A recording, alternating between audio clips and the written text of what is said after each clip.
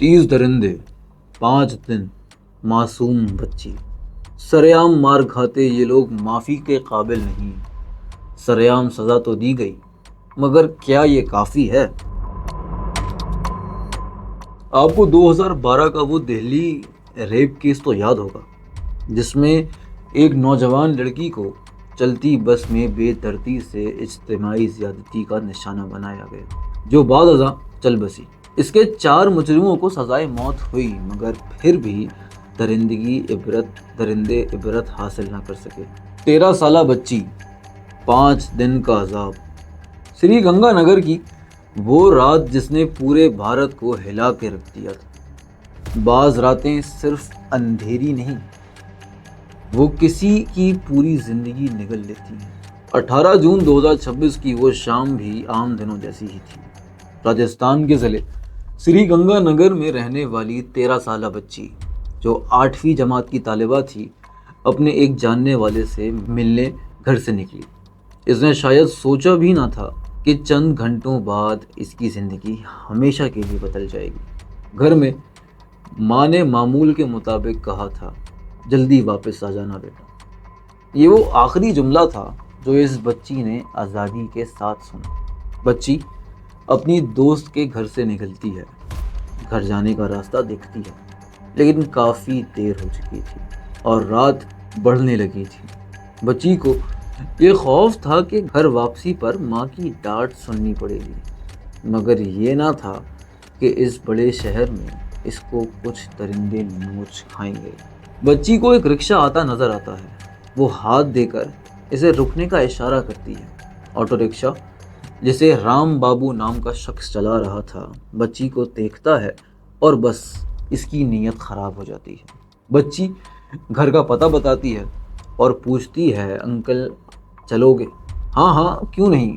رکشہ driver چہرے کے تاثرات سے بالکل ظاہر نہیں ہونے دیتا کہ وہ کیا سوچ رہا ہے. بچی رکشہ میں بیٹھ جاتی ہے اور رکشہ چلنا شروع. بچی جس شخص کو اپنا محافظ سمجھ رہی تھی وہی اس کا مجرم نکلا. رکشہ ڈرائیور بچی کو لے کر انجان راستے پر چل نکلتا ہے. بچی خوف زدہ ہو جاتی ہے. پوچھتی ہے یہ میرے گھر کا راستہ تو نہیں ہے؟ جواب ملتا ہے ہاں بس ایک چھوٹا سا کام ہے پھر چلتے ہیں. رام بابو بچی کو گھر لے جانے کے بجائے ایک ہوٹل لے جاتا ہے اور ہوٹل کے مالک مینک سین کو بیچ دیتا ہے اور صرف چند 100 روپیوں میں معصوم بچی کو دھوکہ دے دیتا ہے. اور پھر یہاں سے ایک خوفناک سلسلے کا آغاز ہوتا ہے.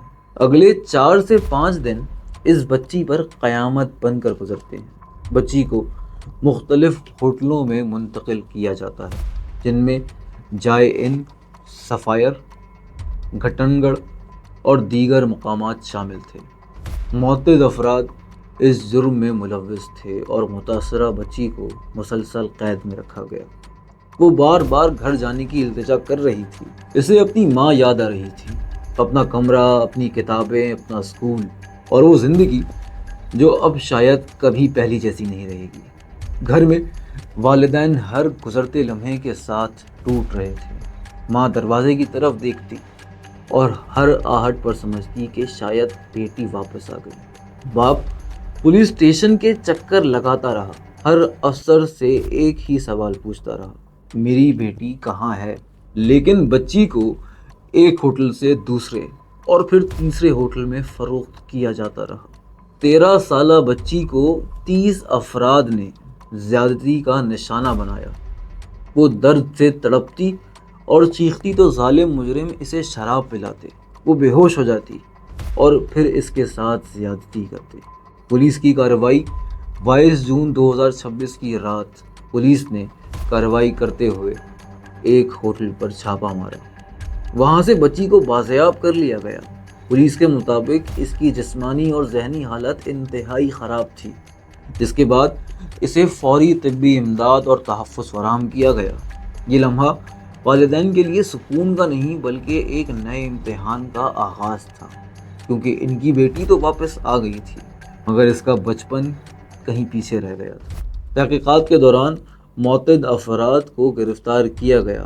رپورٹس کے مطابق گرفتار ہونے والوں میں ہوٹل مالک مینت سین، رکشہ ڈرائیور رام بابو، ہردیپ ناتھ اور دیگر ملزمان شامل ہیں۔ پولیس نے مختلف مقامات سے شواہد اکٹھے کیے، جبکہ انتظامیہ نے مبینہ طور پر جرم میں استعمال ہونے والے کئی ہوٹلوں کے خلاف کارروائی کرتے ہوئے انہیں بند بھی کر دیا۔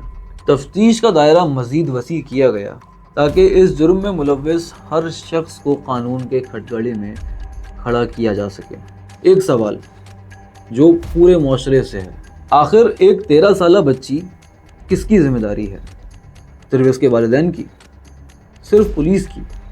یا پورے معاشرے کی؟ جب ایسے جرائم ہوتے ہیں تو صرف ایک خاندان نہیں ٹوٹتا، پورا معاشرہ زخمی ہو جاتا ہے۔ یہ واقعہ ہمیں مجبور کرتا ہے کہ ہم اپنے بچوں کو صرف تعلیم ہی نہ دیں بلکہ تحفظ بھی دیں۔ انہیں یہ سکھائیں کہ مشکل کے وقت کس سے مدد مانگنی ہے، کن لوگوں پر اعتماد نہیں کرنا اور ہنگامی حالات میں کیا کرنا ہے۔ انصاف صرف سزا نہیں، ایک پیغام بھی ہوتا ہے۔ ایسے مقدمات میں انصاف صرف متاثرہ خاندان کے لیے نہیں ہوتا بلکہ پورے معاشرے کے لیے ایک پیغام ہوتا ہے کہ بچوں کے خلاف جرائم کسی صورت برداشت نہیں کیے جائیں گے۔ اگر مجرم قانون کی گرفت سے بچ جائیں تو ایسے واقعات دوبارہ جنم لیتے ہیں، لیکن اگر انہیں فوری، شفاف اور سخت سے سخت سزا ملے تو آنے والے کئی جرائم روکے جا سکتے ہیں۔ وہ بچی آج زندہ ہے مگر اس کے بچپن کی کئی رنگ شاید ہمیشہ کے لیے ماند پڑ چکے ہیں۔ اس کی زندگی دوبارہ معمول پر لانے کے لیے صرف عدالت کا فیصلہ کافی نہیں ہوگا بلکہ خاندان، معاشرے اور ماہرین نفسیات کی مسلسل مدد بھی ضروری ہوگی۔ اگر ہم واقعی اپنے بچوں کو محفوظ مستقبل دینا چاہتے ہیں تو خاموشی نہیں، ذمہ داری کا راستہ اختیار کرنا ہوگا۔ ہو سکے تو اس ویڈیو کو زیادہ سے زیادہ شیئر کریں، کیونکہ آپ کا ایک شیئر کسی بچے یا خاندان کو محتاط رہنے کا شعور دے سکتی ہے۔ یہ موضوع انتہائی حساس ہے۔ اگر آپ کو یہ ویڈیو پسند آئی ہو تو ہمارے چینل ڈارک ڈیکوڈ کو لائک، شیئر اور سبسکرائب کرنا مت بھولیے گا۔ فی الحال کے لیے دیں مجھے اجازت، اپنا خیال رکھیے گا۔ شکریہ۔